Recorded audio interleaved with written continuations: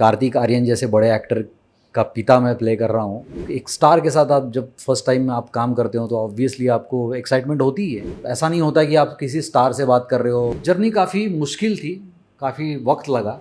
मुझे बहुत मन था इरफान सर के साथ काम करने का। वो सपना नहीं हो पाएगा पूरा। Hi, this is Nitin Bhajan, you are watching me on first India. Welcome on first India. मैं हूं आपके साथ रजनी दुबे। अगर आपने चंदू चैंपियन फिल्म देखी होगी तो उसमें कार्तिक आर्यन के जो पापा है उनका एक्ट आपको कैसा लगा हमारे कमेंट में ज़रूर बताइएगा। लेकिन उससे पहले आपको बताते हैं कि कार्तिक आर्यन के पापा का एक्ट प्ले किया है नितिन भजन ने, जिन्होंने कई सारी मराठी फिल्में भी की और इससे पहले भी बॉलीवुड में कई सारी फिल्मों में उन्होंने काम किया है। तो चलिए आपको सुनाते हैं क्या कुछ कहा है नितिन भजन ने अपने एक्सपीरियंस को लेकर और कार्तिक आर्यन के साथ अपनी बॉन्डिंग को लेकर। Welcome on first India Nitin bhajan sir. Thank you. मेरा पहला क्वेश्चन आपसे ये है कि जब आप फिल्म में कार्तिक आर्यन यानी चंदू के पापा का किरदार निभा रहे थे तो कैसी फीलिंग थी आपकी? अच्छी फीलिंग थी।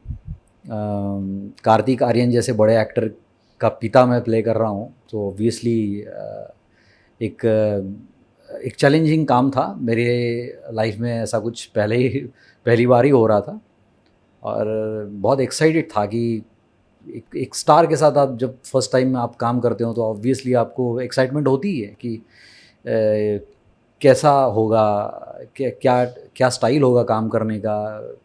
तो वो बेसिकली जितना एक नेचुरल आपके अंदर एक्साइटमेंट होना चाहिए किसी भी स्टार को लेके, उतना मेरे अंदर था।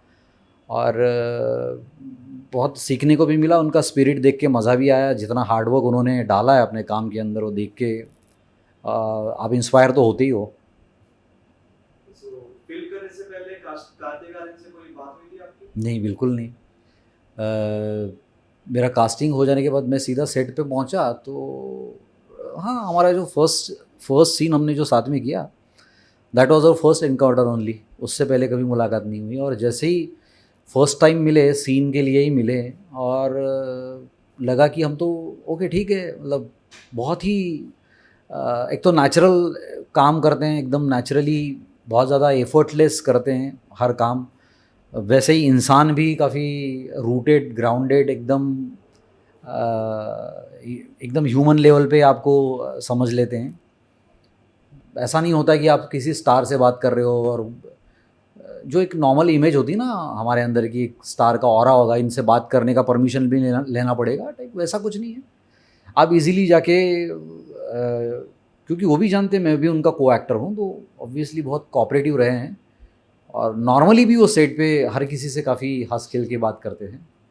सो कार्तिक आर्यन का फादर का रोल करने के लिए कितना चैलेंजिंग था? कार्तिक आर्यन का फादर है, that is why it is challenging, that is not the thing. Basically मेरे लिए चैलेंजिंग ये था कि मैं एक बहुत अच्छे बायोपिक में काम कर रहा हूँ। एक बहुत ही चैलेंजिंग कैरेक्टर कार्तिक आर्यन खुद प्ले कर रहे हैं और उस फिल्म में, इतनी बड़ी फिल्म में जिसमें इतने बड़े बड़े लोग, सुदीप चटर्जी जैसे डीओपी आपको शूट कर रहे हैं, कार्तिक आर्यन जैसे डायरेक्टर बड़े आपको डायरेक्ट कर रहे हैं और सही मायनों में काफ़ी अलग अलग तरीक़ों से देखा जाए तो बहुत बड़ा प्रोजेक्ट है।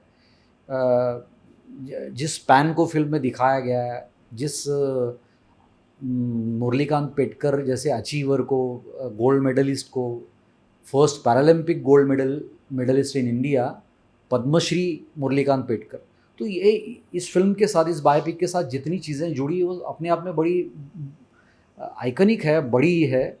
और इस सब में मेरे जैसे बंदे का सिलेक्शन हो जाना और मैं उसमें कुछ प्ले कर रहा हूँ, कंट्रीब्यूट कर रहा हूँ, अपने आप में ये बहुत बड़ी बात थी। मैं ऐसे कहूँगा चैलेंजिंग एक्टिंग के क्राफ्ट के हिसाब से या एक्टिंग का प्रिपरेशन के हिसाब से देखा जाए तो चैलेंजिंग ऐसा नहीं था क्योंकि मैं बहुत साल से काम कर रहा हूँ। फादर प्ले करना है तो एक सर्टन आपको फीलिंग होता है, एक सेंस होता है कि फादर किस टाइम का है, किसका फादर है, वो किस पीरियड से बिलोंग करता है, किस गांव से बिलोंग करता है। तो this all comes under your training of acting.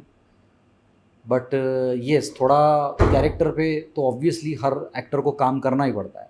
Language को लेके, मैनरिज्म्स को लेके, उस पीरियड को लेके थोड़ा पढ़ना, थोड़ा रिसर्च करना, उस टाइम के लोग कैसे होते थे, उस टाइम का सांगली शहर कैसा था,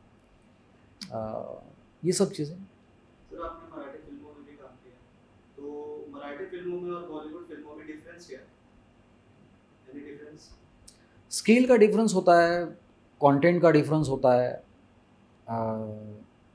लाइक बॉलीवुड और Marathi is regional cinema. Bollywood जिसको हम मेन स्ट्रीम फिल्म इंडस्ट्री कहते हैं इंडिया की, that is Bollywood. Marathi cinema is a regional cinema, but so because it is a regional cinema, it more focuses on the language कि मराठी लैंग्वेज मराठी है, और बाकी ये चीज़ आती है कि किस स्केल पे आप शूट कर रहे हो। दैट कम्स कि मतलब वो इशू होता है आपका बजट का, और आपको कितना फाइनेंस मिल रहा है, इन्वेस्टर्स मिल रहे हैं, it's different issue. But yes, budget wise भी हिंदी मराठी में डिफरेंस होता है, कंटेंट वाइज भी फ़र्क होता है, और यस, और इसीलिए पॉपुलैरिटी वाइज भी फ़र्क होता है, क्योंकि बॉलीवुड पैन इंडिया है और मराठी बॉलीवुड रीजनल सिनेमा मराठी है, महाराष्ट्र सेंट्रिक है, state centric. So that is the difference. Sir आपकी बॉलीवुड जर्नी कैसे रही? बहुत इंटरेस्टिंग थी, काफ़ी कुछ करना पड़ा यहाँ तक पहुँचने के लिए, लोगों को ये दिखाने के लिए कि मैं एक्टर हूँ। पहले काफ़ी चीज़ें करनी पड़ती हैं, तब जाके लोगों को समझ में आता है कि ओके, कि ये भी काबिल है, ये भी कुछ कर रहा है। तो इसके लिए काफ़ी काम करना पड़ा। I started with doing theatre in Mumbai.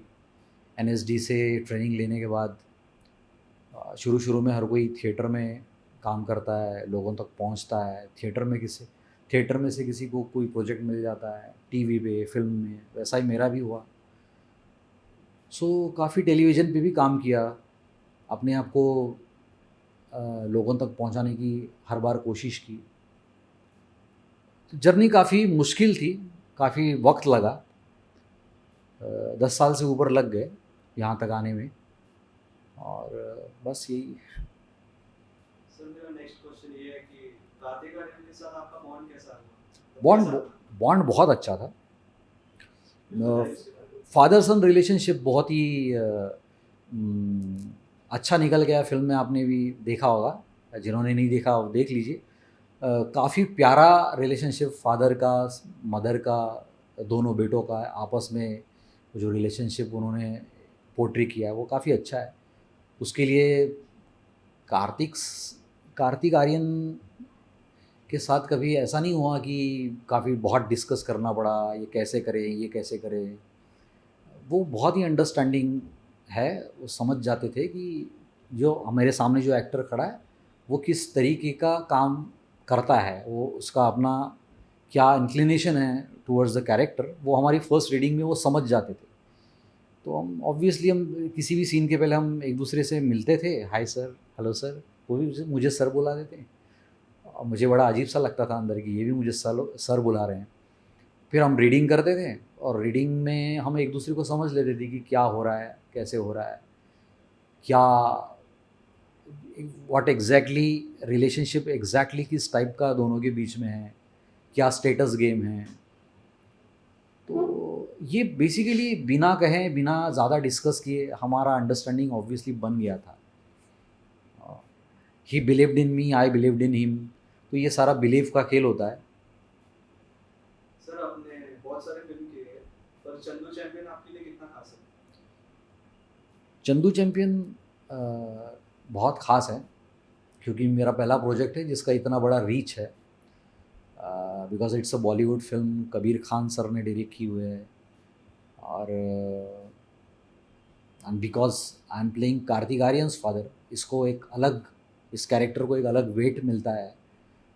लोग उस चीज़ के लिए याद रखेंगे, उस चीज़ के लिए देखेंगे बार बार, और उसके बारे में बात भी कर रहे हैं लोग। तो ये डेफिनेटली बड़ा अचीवमेंट है। आगे आप किस तरह की फिल्म करना चाहिए और किस एक्टर के साथ? मैं फ़िल्म करना चाहूँगा मनोज वाजपेयी सर के साथ। कार्तिक आर्यन का जो भी मैंने उनकी इसके पहले अनफॉर्चुनेटली कोई फ़िल्म नहीं देखी, ये फर्स्ट फिल्म मैंने उनके साथ करी भी है, और इसी फिल्म को मैंने देखा भी है उनको पहली बार ऑन स्क्रीन। जिस टाइप का हार्डवर्क और जिस टाइप का क्या कहते हैं उसको ऑल राउंड परफॉर्मेंस उन्होंने इस फिल्म में दिया है, वो हैट्स ऑफ टू हिम। उसके लिए काफ़ी मैं उनको मानता हूँ। उनके साथ फिर मौका मिले तो ज़रूर काम करना चाहूँगा। मनोज वाजपेयी मेरे बहुत ही फेवरेट कमाल के एक्टर हैं, मैं उनके साथ भी कभी ना कभी काम करना चाहूँगा। नवाज़ भाई हैं, मुझे बहुत मन था इरफान सर के साथ काम करने का, वो सपना नहीं हो पाएगा पूरा। और जब मैं एक्टर बनने का सपना लेकर आया था तो तब से लेकर आज तक शाहरुख खान मेरे फेवरेट हैं।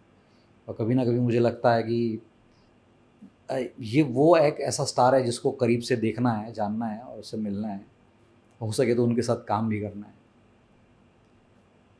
जब आपको ये रोल ऑफर हुआ था तो आपका रिएक्शन कैसा था? फर्स्ट रिएक्शन वो कि मुझे फादर नहीं करना है, करना है नहीं करना है, ये इस कन्फ्यूजन में मैं था। But I was happy inside, क्योंकि ये कबीर सर की फिल्म है, कबीर खान सर की फिल्म है। तो मुझे एक अंदर ही अंदर अच्छा भी लग रहा था कि मज़ा आ जाएगा, करते हैं ये फिल्म। और कार्तिक आर्यन जुड़े हैं फिल्म से, ये समझने के बाद तो लगा कि ये बड़ी फिल्म है, इसका कुछ बड़ा ही होगा, करते हैं। तो दूसरी चीज़ है ना, I respect Mukesh Chhabra lot. Mukesh Chhabra बहुत पुरानी जान पहचान है, बट उनके पास काफ़ी ऑडिशन देने के बाद कभी वैसा काम अभी तक मिला नहीं, बट ये काम उनके थ्रू ही चल के आया। तो मुझे बहुत अच्छा लगता है कि उनके साथ मैं काम कर रहा हूँ फाइनली। जैसे कबीर खान सर के साथ काम करने का एक्टर का सपना होता है, वैसा ये भी मुझे अच्छा लगता है कि मुकेश छाबड़ा सर ने एक फाइनली मैं उनके पास पहुँच गया इस काम के थ्रू। सर आप अलग अलग मूवीज में काम करते हैं, हर सेट में अलग अलग याद हो जाती है, स्पेशल मोमेंट होता है, तो यहाँ पे क्या स्पेशल मोमेंट आप लिए? सेट पे हाँ। सेट पे स्पेशल मोमेंट एक दिन हम नाइट शूट कर रहे थे, वो शायद उसके बाद मेरा काम ख़त्म होने वाला था। That was the last day of shoot in Wai. और वाई के अंदर जो विलेज, जिस विलेज में हमने फिल्म शूट की, उस विलेज में मिट्टी बिछा के रखी थी, लाल मिट्टी। वो एक सर्टन पीरियड का गांव दिखाने के लिए, गांव में कूड़ा कचरा पड़ा हो वो ना दिखे, एक लुक एंड फील गांव का थोड़ा सा फिल्म के हिसाब से, फ्रेम के हिसाब से, डीओपी के हिसाब से बदल दिया गया था। तो मिट्टी काफ़ी बिछा के रखी थी गांव में। तो छोटी छोटी पगडंडियाँ थी, छोटे छोटे रास्ते थे, उस पर हम दिन भर चलते आते फिरते शूट करते थे। तो रात में वो काफ़ी लेट हो गया और झमाझम बारिश शुरू हुई। वो बारिश रुक ही नहीं रही थी। और वो एक ऐसा मोमेंट था कि जब हमारे को एक्टर को छोड़ना था, उनका दूसरे दिन मुंबई में शूट था और सब गैस पे थी कि अभी क्या करें, इनको छोड़ना है और बारिश की वजह से सीन तो रुका हुआ है।